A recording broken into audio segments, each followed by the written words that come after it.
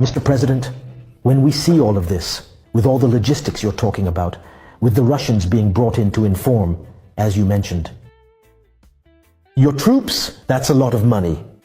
Can the economy, the Kinabe, hold up for a long time with that? Very good question. That's a lot of money. That's why I say our countries are not poor. There has been misgovernance. There is theft, the plundering of our resources. That's it. That's what it's about. I'll give an example. Today there is the Patriotic Support Fund. The populations contribute. And we mainly support the volunteers for the defense of the homeland with that. But what about the rest of the army that we are equipping? All these resources that we are acquiring. That's it. That's governance, like finances.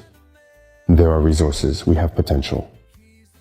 But if it's poorly managed, if you take the oil sector, you know that the state subsidizes oil, petroleum products, the fuels, the diesel, so that the Borg didn't have it cheaper.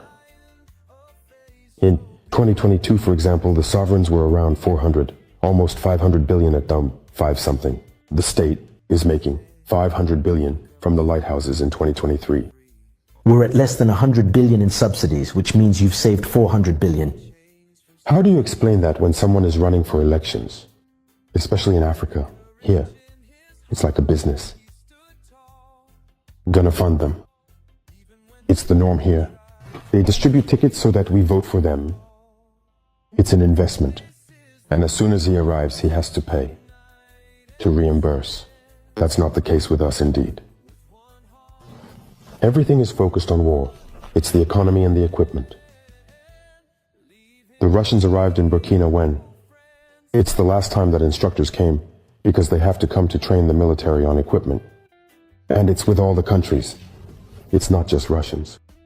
When you sign a contract to acquire equipment, you sign the contract with the training. There are plenty of Turks here. Why don't they talk about it? But are they on the ground or not? The Russians are on the ground to fight? No. There are no Russians on the ground to fight. These are things that are developed. It's in people's minds.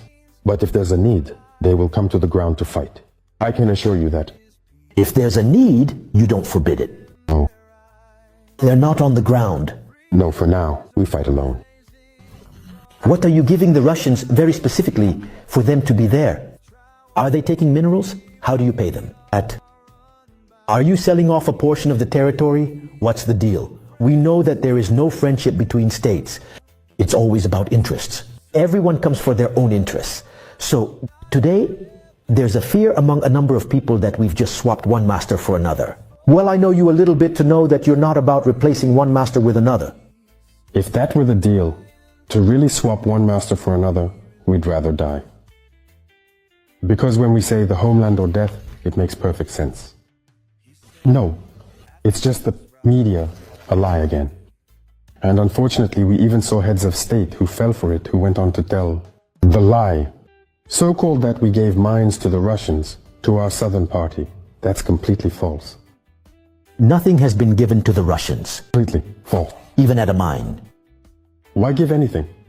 If the Russians want a mine, we have the mining code.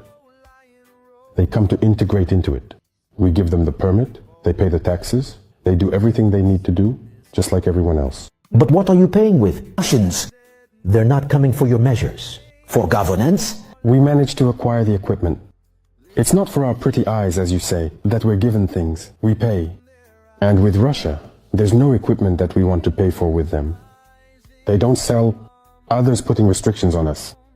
They tell you you can't buy this type of weapons. Of course, the Russians sell you everything you want.